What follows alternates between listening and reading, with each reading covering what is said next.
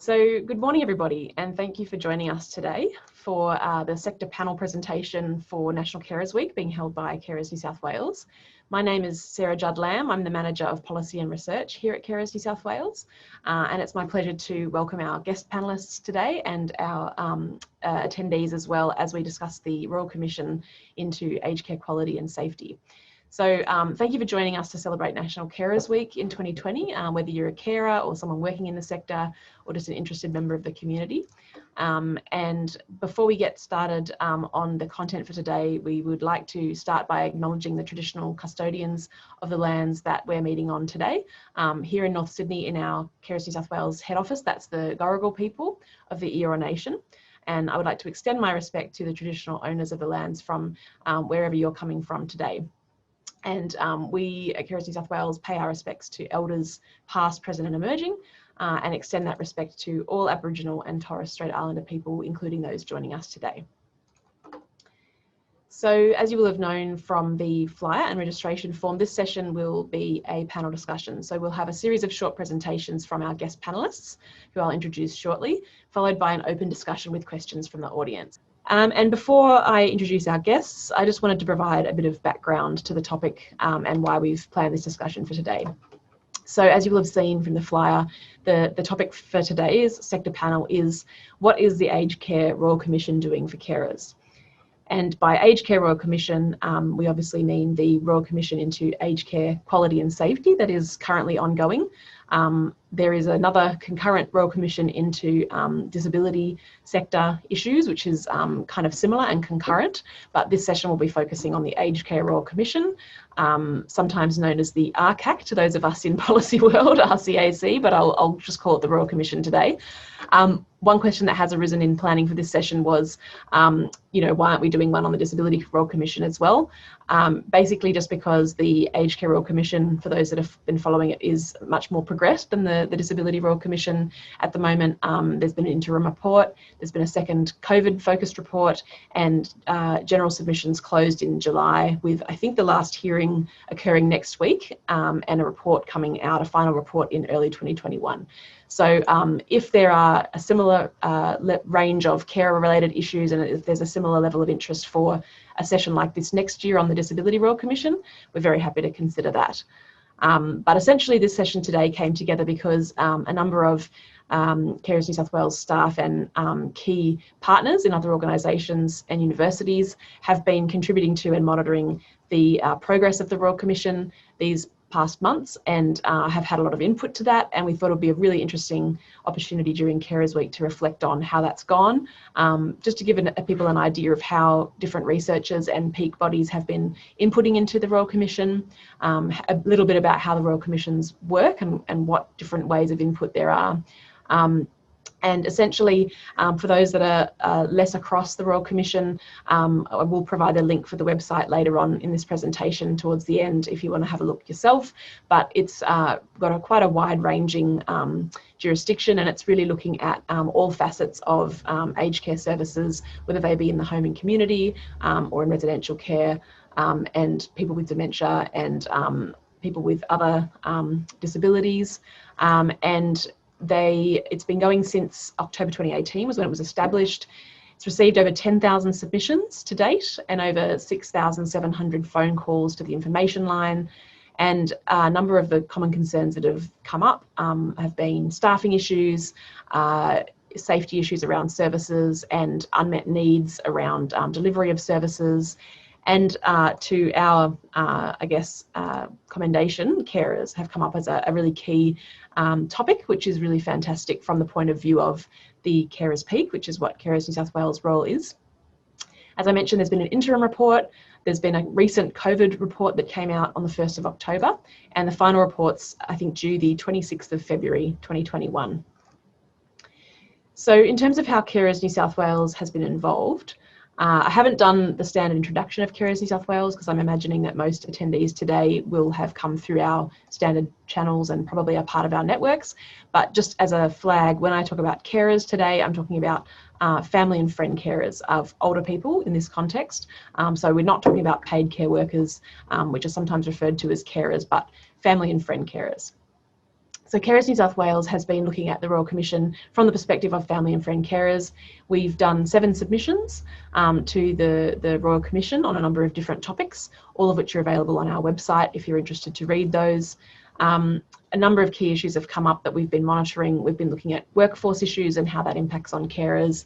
We've been looking at respite issues and the complexities of the system and shortages in respite supply, which have impacted on carers. We've looked at waiting times to access adequate support through home care packages, a whole range of issues. And today you'll be hearing from 3 guest panelists who have been providing input on carers with different focuses, and they'll talk a little bit more about that. So I think that was pretty much all I was going to cover, other than to also give a quick shout out to our National Carer Survey report that Carers New South Wales launched on Sunday. And that report is now online, and I'll provide a link later in this presentation or at the end of the session today. And there's some interesting results from that as well regarding aged care services. So I'd recommend those that are interested have a look in that. And we did see that quality and safety concerns in aged care did come up as an issue for some respondents, but also predominantly the issues in aged care services captured by our survey is around carer inclusion and support. And that's really what the focus of this session will be today. So really, let's hear from our guest panelists today about both the opportunities that the Royal Commission has provided for the carer voice to be elevated, and also some of the key highlights of carer-related policy discussions that have come out of the Royal Commission, so that we can think about collectively what that means for the future of carer policy and service provision. So I will first introduce you to our first panellist, and she'll be speaking for 10 minutes before our other panellists, and then we'll have a collaborative discussion after that. Our first panellist is Kathy Duncan, and I'm just going to bring up a slide here with her photo, which you'll have seen on the flyer. And Kathy has extensive experience in social work practice, policy and research, and she's conducting a PhD on the topic of carer inclusion in the home care packages program, and has been working in partnership for Carers New South Wales on this project for a number of years. And Kathy has put in several submissions based on a model that she's been developing around carer inclusion and recognition in the context of home care packages. And just a reminder, if questions come to mind while Kathy is speaking, feel free to put those in the Q&A function and we'll address them later. So welcome, Kathy. Sarah. And I'd also like to start by just acknowledging the traditional owners of the lands on which we meet and showing my respects to elders past, present and emerging. I'd also like to particularly welcome any members of the Carers Action Group that I've been working with for the last few years, and say thank you so much for all the time and effort you've put into this, and also for those staff carers or care recipients from Bay and Basin Community Resources who are also listening in. So welcome everybody and thank you. So what is the Aged Care Royal Commission doing for carers? Sarah sort of touched on this, and I think it's an amazing opportunity to come into this space as a researcher. I've had a background as an ACAT social worker. I've worked in policy for the Commonwealth Department of Health and Ageing, and then coming into a research space and doing my PhD on carers, which obviously started prior to the Royal Commission, but I started on this journey because I was very concerned that carers were being excluded from the future development of home care programs. And so what is very, very exciting is at a time that, you know, in this research journey, we had some results, we had some data, we had a model for carer recognition for the home care packages program, which was my focus. It was just amazing that the Aged Care Royal Commission really provided a space, a platform for us as family carers and also as advocates in this space to really be listened to. And I think really that's one of the most important things that I've observed in you know, from my experience in this policy space for a long time, is that the Aged Care Royal Commission has given us a voice and a space to consider reform, which is wonderful. Okay, next slide. So just a little bit of background. I presume you're all very across the absolutely critical role the informal carers play in actually supporting the aged care system, the community care side of the aged care system. And back in 2011, the Productivity Commission raised the need to support family carers as a really key aspect going forward in aged care reform, and I'm not sure that that's really been picked up as well as it should have been. So next slide. So that was really the research aim, was to work with carers collaboratively to develop a framework for care recognition in the home care packages program, with a focus on care relationships between older people receiving care and the family and friend carers. Now, this is the research that we actually submitted in our submissions to the Royal Commission. And okay, next slide. The methodology, for those who are interested in this sort of thing, is participatory action research, which really just means research with rather than on people. So it's been very much a collaborative exercise. It can accomplish more, and that's certainly true, than we could have on our own. And results have practical and conceptual value. And also it has an emancipatory goal as well. Next slide. So the partners in this research, very critical. Carers New South Wales have been amazing partners over the last few years. They helped me establish a Carers Action Group, and that Carers Action Group met 5 times between started 2017 and 2019. The role of the carers in the Carers Action Group was to be co-researchers. They co-authored submissions to the Aged Care Commission. We co-designed the model. They co-analysed data with me, very much a collaborative approach. Carers New South Wales provided an amazing support role right through this journey. I certainly couldn't have done this without them. And then the other critical partner has been Bay and Basin Community Resources, who's a home care package provider on the south coast of New South Wales. They have what I consider a model service in regards to supporting both older people as care recipients and family carers. And they opened their doors, allowed me to interview carers, care recipients, care workers, care managers, executive and the board, which gave me an amazing insight into how and why their service looks quite different to the rest of the country. Next slide. So what we found was that the problems were carers were feeling excluded, silenced, not recognised, socially isolated and financially disadvantaged. And this is evident through the Carers New South Wales surveys as well. One of the fundamental changes was introduction of consumer-directed care, and this has an individual focus. And caring which is in contrast to the experience of caring, which is relational, independent and interdependent. I think the Royal Commission has really picked up on this. The policy issue that I see underpinning the problem is that there's a policy disconnect between the Commonwealth Care Recognition Act and the Home Care Packages Program. And even still, I've just looked at the Operations Manual, the 2020 version of the Home Care Packages Operations Manual from the department, and they're still lacking. Okay, we need to move on. So next slide. So this is our model. Caring relationships is at the centre. We also then have respect, voice, social connectedness and finances. And this is the core of what our framework for care recognition is. I won't go into it now, we'll just keep moving on. So Bay and Basin, the way they delivered their service, the reason I identify them as a model service provider, they consider carers' needs in care planning. The staff are respectful of care recipients and carers. The services are scheduled to meet needs of recipient and provide respite for the carer. And in the higher level packages, there's more flexibility to apply for more, respite, cottage respite, in-home respite, those sorts of things. Next slide. So what did we do with all of this information? So we co-authored a series of submissions to the Royal Commission. There was an article in Community Care Review, and I also had the opportunity, so I think the Royal Commission has provided an opportunity for a voice. So I had the opportunity to present this research to policy officers, both at Department of Social Services, Carers Policy, and Department of Health, Home Care Packages Policy, and that was in September of last year.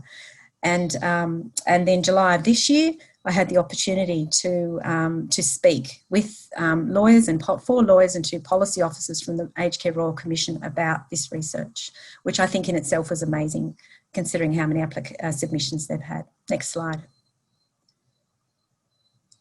So what they were really interested in was what were the problems, what was the research about, and what are our recommendations. So really what we're recommending is to realign the Home Care Packages program with the Carer Recognition Act. We can do that by embedding our policy, our framework into policy and service delivery. We need to uncap the supply of the home care packages, and they have acknowledged that that allocation, the rationing of allocations is causing enormous dramas. Services need to be person-centred in nature, which recognises the carer and care recipient, the relational nature. We need to have the right people, the right care staff. They're very interested in terms of, what sort of training carers, care workers would need, and how to actually embed this. The other thing we need to have in the model going forward is block funding for respite services, and I think they really acknowledge this, and the inclusion of volunteers in this model as well. Now, next slide.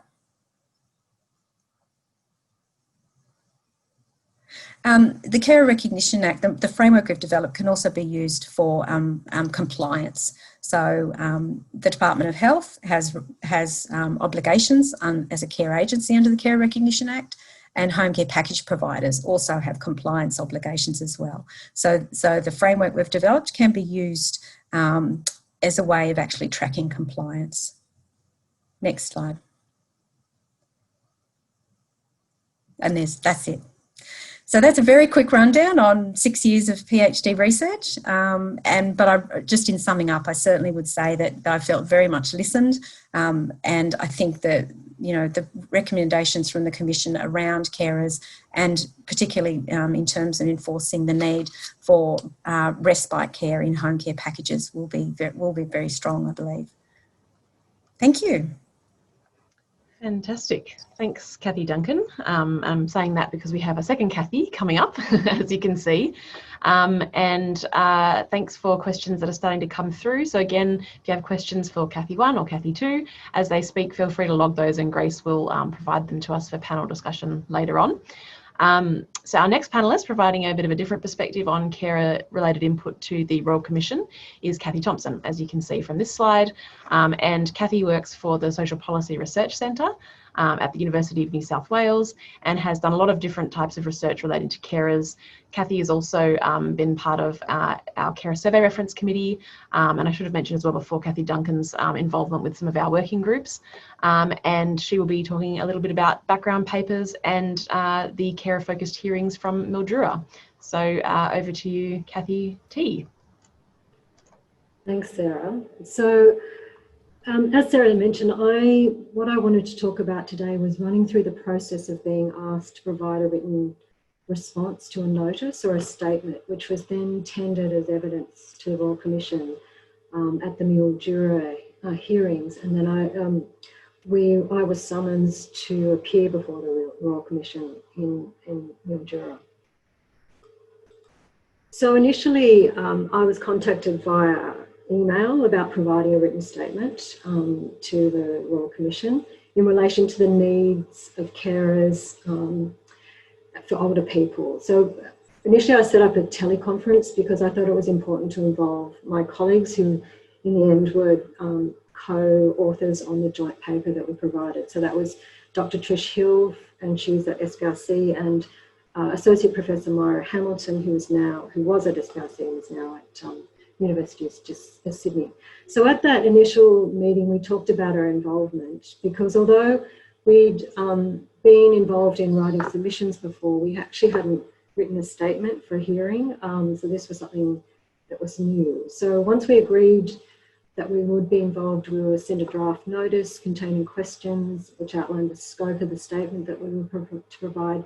And we were also given the opportunity to provide feedback on the content and the questions and our capacity to answer those questions given our expertise. And it was also quite a tight time frame.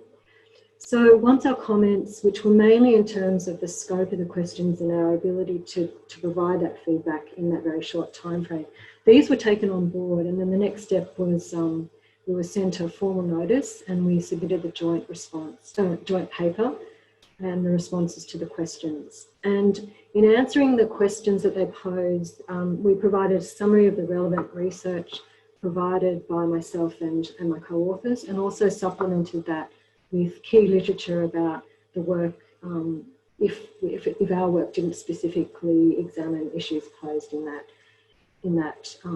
notice. And what I must say from the outset, I felt completely listened to and supported through this process, even though it was something that none of us had done before. So in terms of the joint paper, what they wanted from us was an overview of SBRC's work in relation to unpaid care and informal caring, also an outline of our expertise and the research that we conducted. And what the joint paper was to do was to provide background information about caring and the challenges and issues facing carers within providing support and within the aged care system. So we talked about things like issues relating to the recognition of carer status, the fact that some carers don't identify as a carer, so that it makes it difficult for them to access support, the key challenges for carers in the context of the Australian aged care system, and that was very much around the changes, the dramatic shifts in policy and how it impacted on carers. We talked about the needs of carers in their support. We talked about the cumulative impact of providing care on carers' health, social life and their financial security, and that's in terms of, we know the research shows that carers have significant health impacts, reduced activities in social life, and there's a significant financial strain on carers, both providing care but also trying to participate in work, and that has long-term impacts in terms of superannuation and their financial security in older age. We also looked at carers and social exclusion, the impact of identifying as a carer, and then the key unmet needs in services and support. Sorry, do you want to, Grace, do you want to flick through the next one? Sorry, next one. I realised I wasn't doing that. Okay, now the next slide. And we also talked about what worked best. So then what happened was the council assisting the commission tendered the paper as evidence during the hearings, which were in Mildura. So the idea behind the hearings was to look at the needs of family, informal and unpaid carers for older people, specifically looking at the extent to which current arrangements met those needs, how services and supports for carers could be improved, and respite care. So next slide. So now to the process of giving evidence. I first received the summons to appear before the commission, and this could have been a daunting prospect, but the commission, as I said, once again was very thorough in its process to support people giving evidence. I spoke with the council assisting the Royal Commission on the phone to run through the questions that I might be asked. Prior to going to Mildura, I was sent further information about the process. And then when I arrived in Mildura, I met the council assisting the Royal Commission in person. And again, she ran through what to expect, took me around where the hearing would be and the format. I was also met and was offered support from other staff members within the office.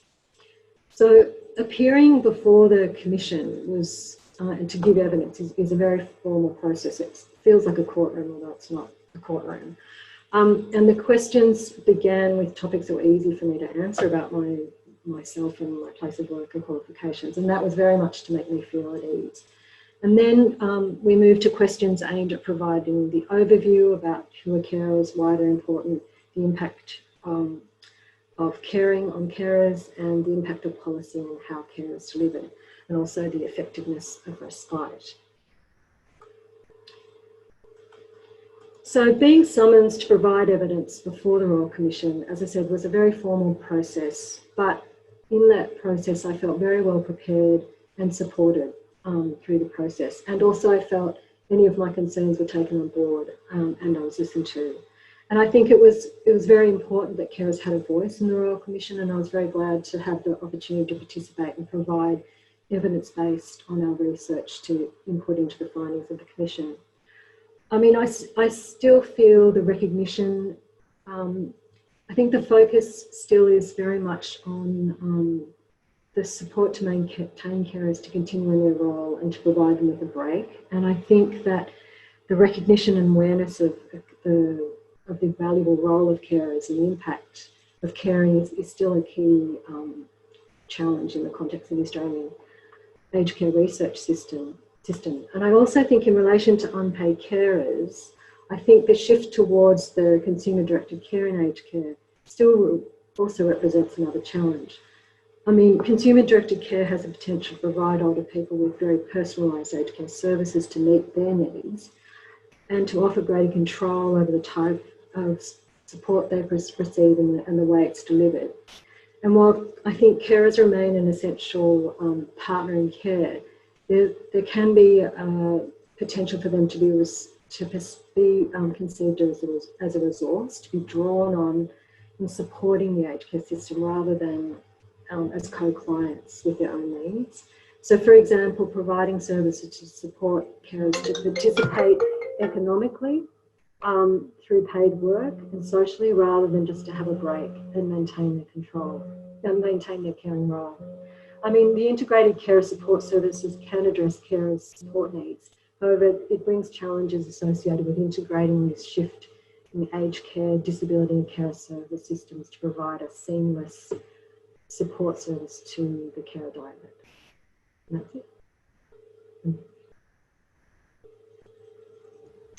Thanks very much, Kathy Thompson. And yes, apologies about those slides there. And I should note as well that we will, the documents that are referred to by each panellist, the submissions and background papers, they're all available publicly on the Royal Commission website, which we will share at the end of the session today. But we'll also note those details in the follow-up email so that you know the titles of those documents and can look them up, and they're definitely a good read. And again, any questions for Kathy Thompson, feel free to put them in now through the Q&A function. We've got a few lined up for our discussion. But first, we've got our third panellist, Kylie Miskovsky from Dementia Australia. And so Kylie is working for a peak organisation like Carers New South Wales. So rather than the kind of academic research perspective, she'll be looking at submissions made by Dementia Australia, particularly around carer-related recommendations. And Kylie's part of the Carer Respite Alliance, which is a working group that is run by Carers New South Wales with a number of other peaks and researchers looking at some respite issues. So that's a common area of interest for us. So welcome, Kylie. Thanks, Sarah. Good morning, everyone. So thanks to Sarah and the Carers New South Wales team for the opportunity to participate in this panel. What I'll do is provide an overview of Dementia Australia's involvement with the Royal Commission, and then I want to focus specifically on a submission we made on the support needs of carers of people living with dementia in the aged care system. So in case you don't know, Dementia Australia is the peak body representing people living with dementia, their families and carers. So we advocate for the needs of people of all ages with all types of dementia and their families and their carers, and we provide support services, education and information. And we really aim to elevate the voices of people living with dementia and the carers to government and other key stakeholders like the Royal Commission to ensure that their needs and concerns are addressed and responded to. And I've just got the National Dementia Helpline up there, which the number has actually dropped off. So it's on the last slide again as well, I think. So if we go to the next slide, thanks. So in 2020, there's an estimated 459,000 Australians living with dementia, and it's predicted that this will increase to almost 1.1 million by 2058. So obviously, as the number of people living with dementia continues to increase, so too does the number of people providing informal or unpaid care to people with dementia. It's estimated that there's over 300,000 Australians providing informal or unpaid care to people living with dementia at the moment. And obviously this is set to increase. Go to the next slide. So Dementia Australia's involvement with the Royal Commission began early on. We had dementia advocates who are people living with dementia, carers and former carers who support and represent Dementia Australia and people impacted by dementia.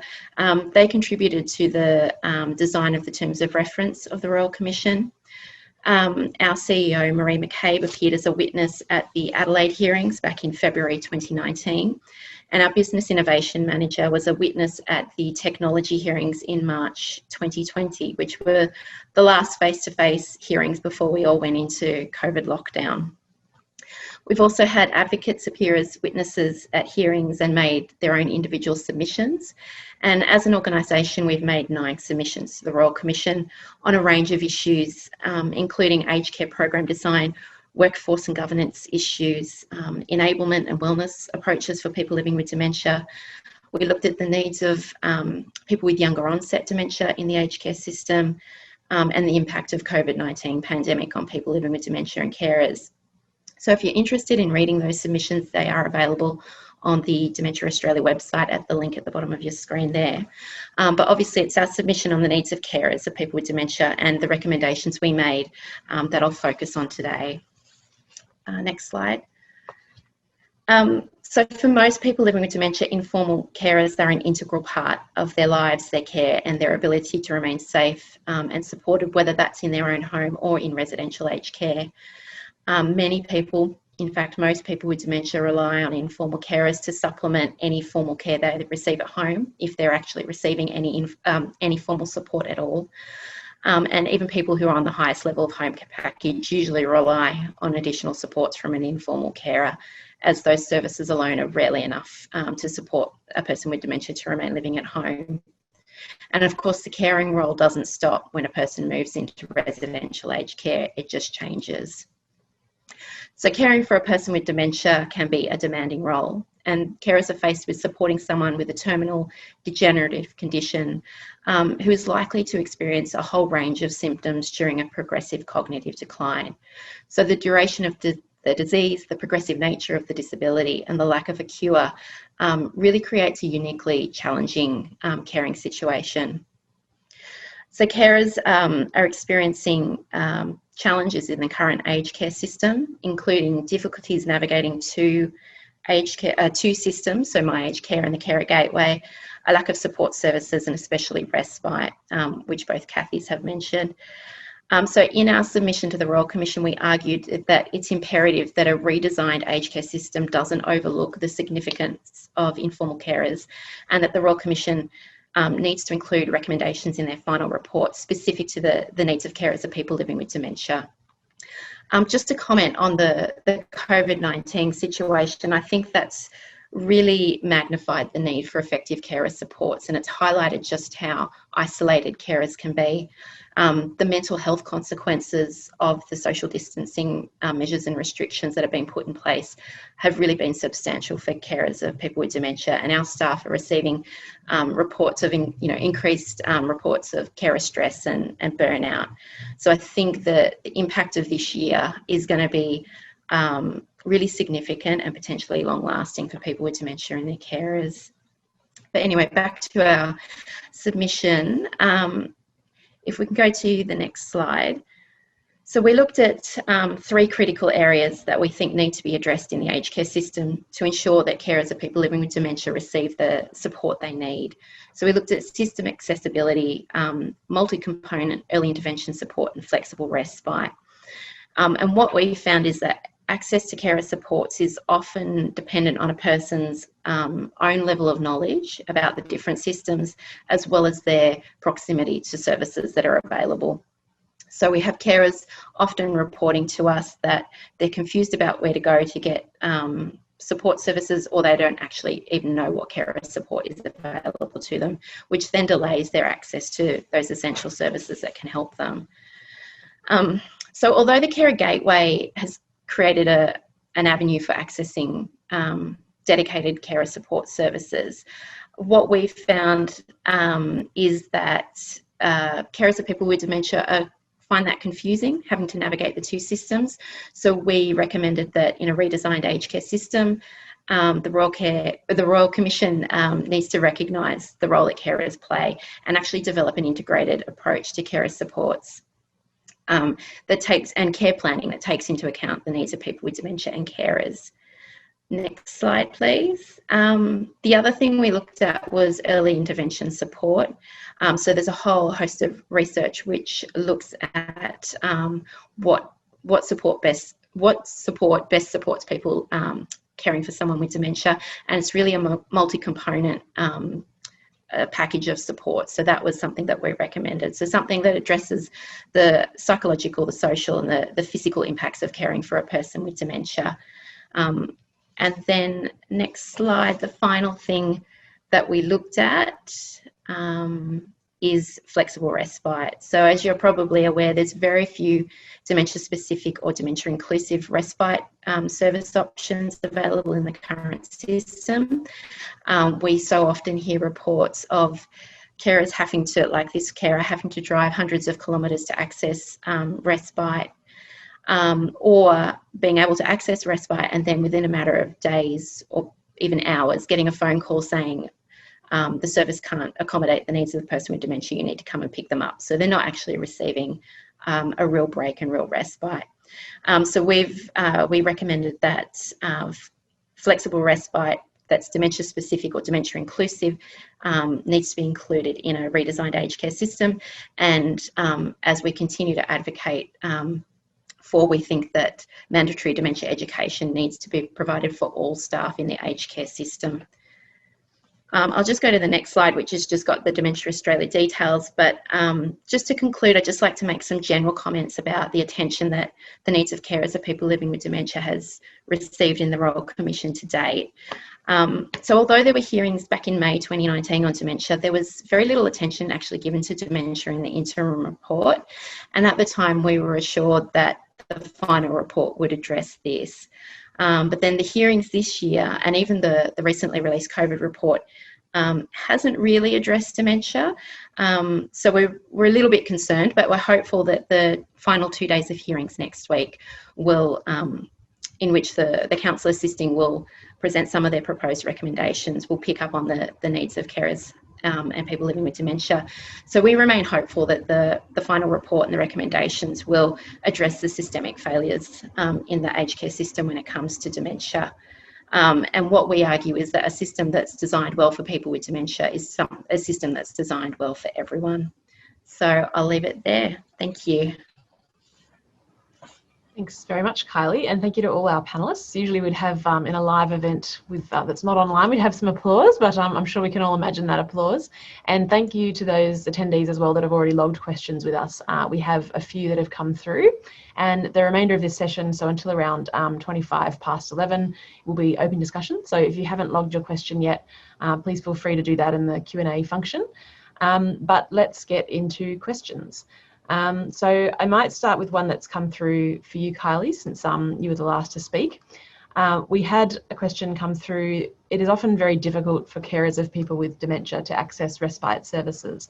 What changes need to be made to the current aged care system that facilitate the uptake of respite services for carers of people with dementia? Oh, to facilitate the uptake, I think there's a number of things. I mean, one of the things we do know, there's a lack of respite options, but we do know that carers often delay accessing respite until they've really reached the breaking point. So I think anything we can do to encourage carers to make better use of respite earlier on is a good thing. But having said that, we obviously need a system that has better dementia respite. So that's why we've made recommendations that there needs to be specific funding for dementia respite, and also that I think the sector needs to be incentivised in some way to provide that respite. I'm not sure what that looks like, but I think we hear reports that providers aren't offering respite beds in residential facilities, for example, so how can we address that?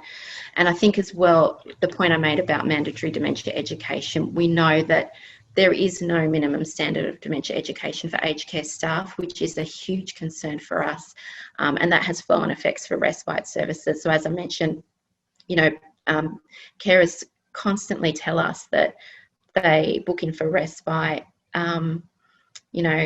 drop off their loved one, off they go, and then, sometimes within a matter of hours, they're getting phone calls saying, please come and pick them up because we we can't cope with them, we can't manage them. So I think there needs to be a whole big suite of work done on care for people living with dementia. Hopefully that's answered the question somewhat. Thanks, Kylie. A few more questions coming through. Maybe let's go back to Kathy Duncan's presentation. We had a couple of follow-up questions for that, Kathy. Someone has asked, can you talk a bit more about the impact on carers of consumer-directed care and the marketisation of home care packages? I could talk for hours on that. So I think what we've seen, and I did write an article for Community Care Review last year on that. I think what we've seen is what's happened with marketisation and consumer-directed care is we've actually reduced care to tasks. And we've completely forgotten that care is always relational. So, I mean, one of the things that really came, that was highlighted when I was interviewing the Bay and Basin carers and care recipients as well, and I made a point of interviewing, both care recipients and carers because it is a relational aspect. Is that when the care worker takes the time to actually sit down and have a cup of tea, that is about respect. So it's not just that they whiz around like a whirlwind and do the housework and they have a shower in 5 minutes and then the work is gone.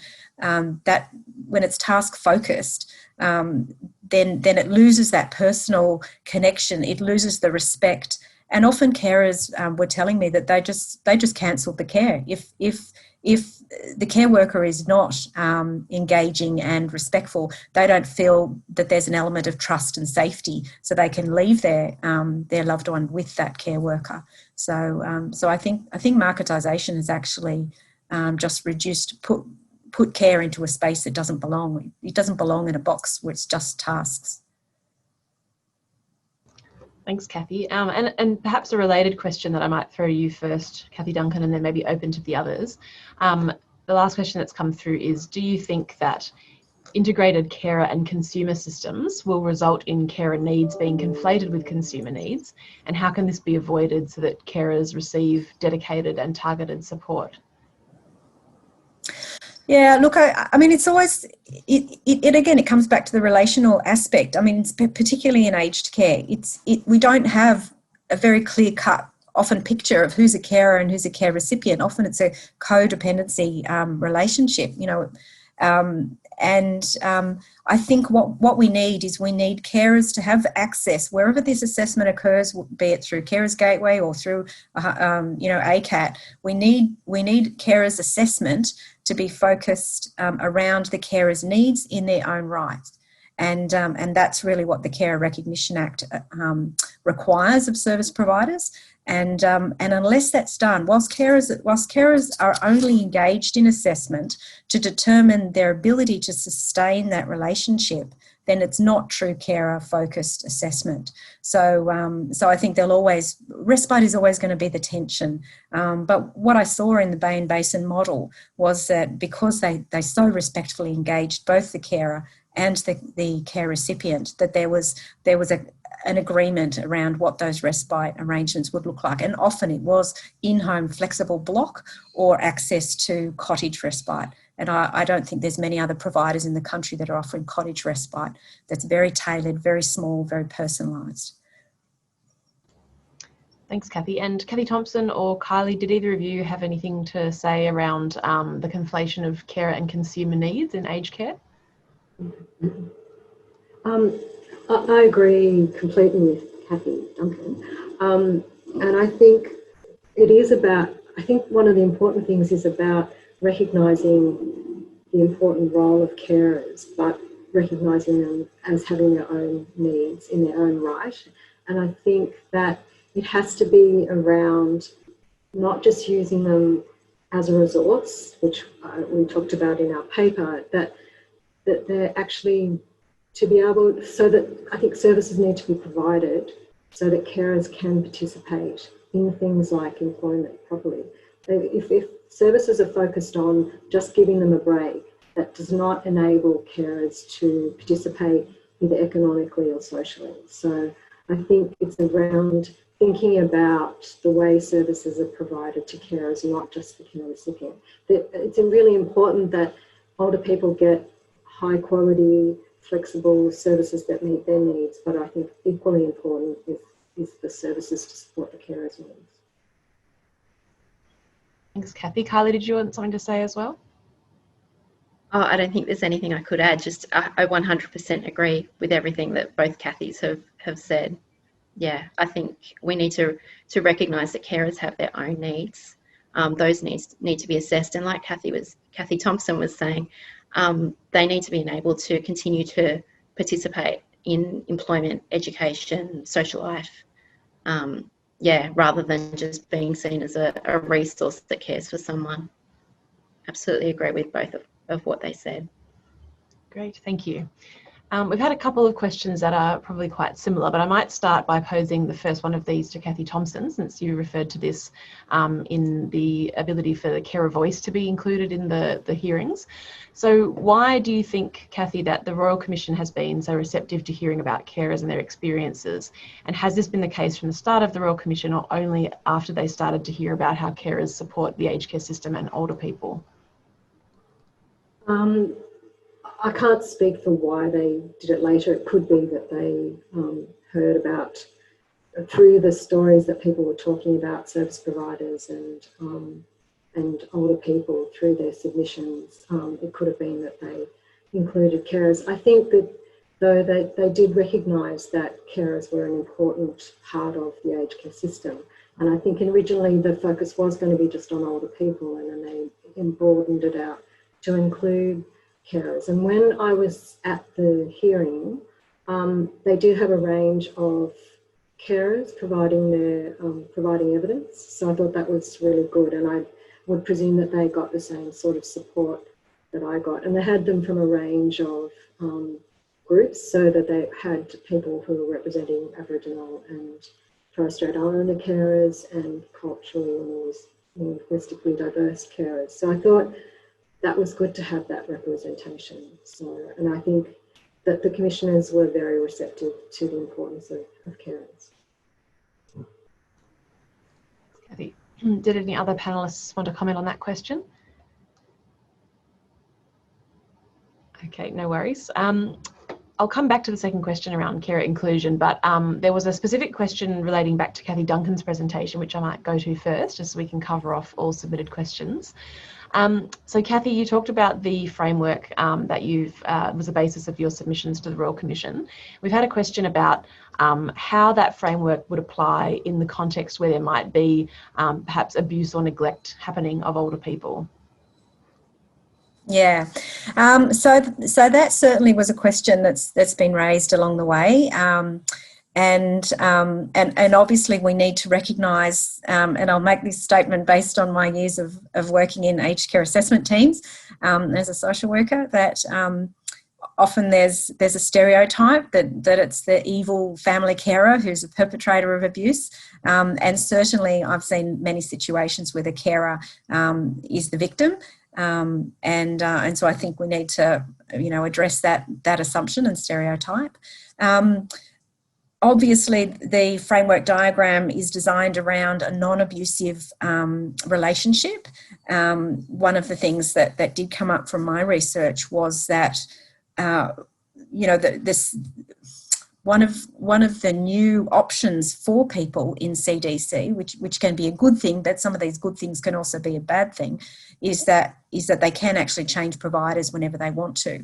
Now, what that means is that limits the capacity of a service provider to actually intervene and support that that family through that situation. Sometimes the abuse can be addressed just through alleviating that situation. But what I'm hearing now is that if that the people actually get an indication that the service provider might actually be going to take their situation to the guardianship tribunal, then they can actually just terminate and change providers. So I think there's going to be a lot of, I know there's focus around safeguarding of older people, and that safeguarding legislation is important, but I also think that there might be abuse that's actually even more hidden in the context of this situation. So then it comes back to training for people who are on the ground, for care workers, for a range of people who actually have access to both carers and also care recipients who can respond. Thanks, Kathy. We've had a question just come through on diverse carer groups. So I'll open this to any panellists. Feel free to just unmute panellists if you want to respond to this one. Do you feel that the Aged Care Royal Commission has adequately captured and responded to the needs of diverse carer groups, e.g. Culturally and linguistically diverse carers, Aboriginal and Torres Strait Islander carers, LGBTQI plus carers? Any comments on that?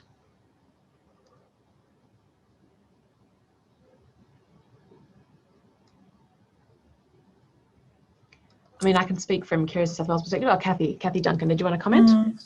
Yeah, I don't think there's ever enough voice for, you know, for groups, for diversity groups. Yeah, so I think there needs to be more active engagement with diversity groups in resolving these issues. Certainly, I don't make any claims that the model that I've come up with would be appropriate in the context of Aboriginal and Torres Strait Islander culture. I had a number of CALD participants, but I know, you know, caring in that culture, we need to be respectful around how these apply. So I think there's a lot of further work to be done. Thanks, Kathy. Did anyone else want to comment on that?